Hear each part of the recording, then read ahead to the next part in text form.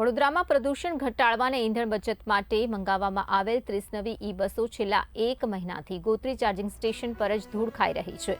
2 વર્ષથી ચાર્જિંગ સ્ટેશનનું કામ ચાલુ હોવા છતાં બસો રસ્તા પર જ ઉતરી નથી શકી, જેને કારણે નગરપાલિકાની કામગીરી સામે નાગરિકોમાં રોષ ફેલાયો છે અને કરોડો રૂપિયાના ખર્ચ સામે સવાલો પણ ઊભા થયા છે।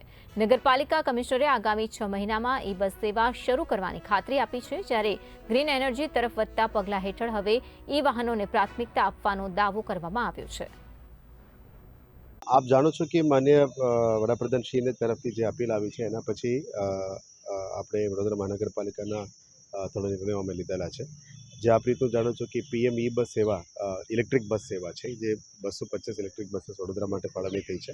એમાં 41 બસીસ વડોદરામાં આવી ગયું છે, એટલે ટૂંકા સમયમાં ભારત સરકાર અને રાજ્ય સરકારની જે તારીખ નિર્ણય કરીને એની પણ લોન્ચિંગ કરવાનું રહેશે, જેથી કરીને પ્રદૂષણ ઘટાડવા માટે અને ઇંધણ બચાવવા માટેનું સૌથી પહેલ એ જ રહેશે માસ પબ્લિક ટ્રાન્સપોર્ટમાં।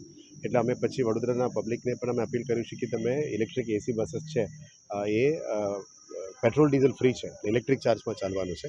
અત્યારે એની ટિકિટિંગ અને ચાર્જિંગ સ્ટેશનનું પ્રોસિજર કામ ચાલી રહ્યા છે, એટલે ટૂંકા સમયમાં આ 40 ઇલેક્ટ્રિક બસીસ લોન્ચ થશે અને પછી 250 ઇલેક્ટ્રિક બસીસ આ વર્ષમાં આખું લોન્ચ થશે।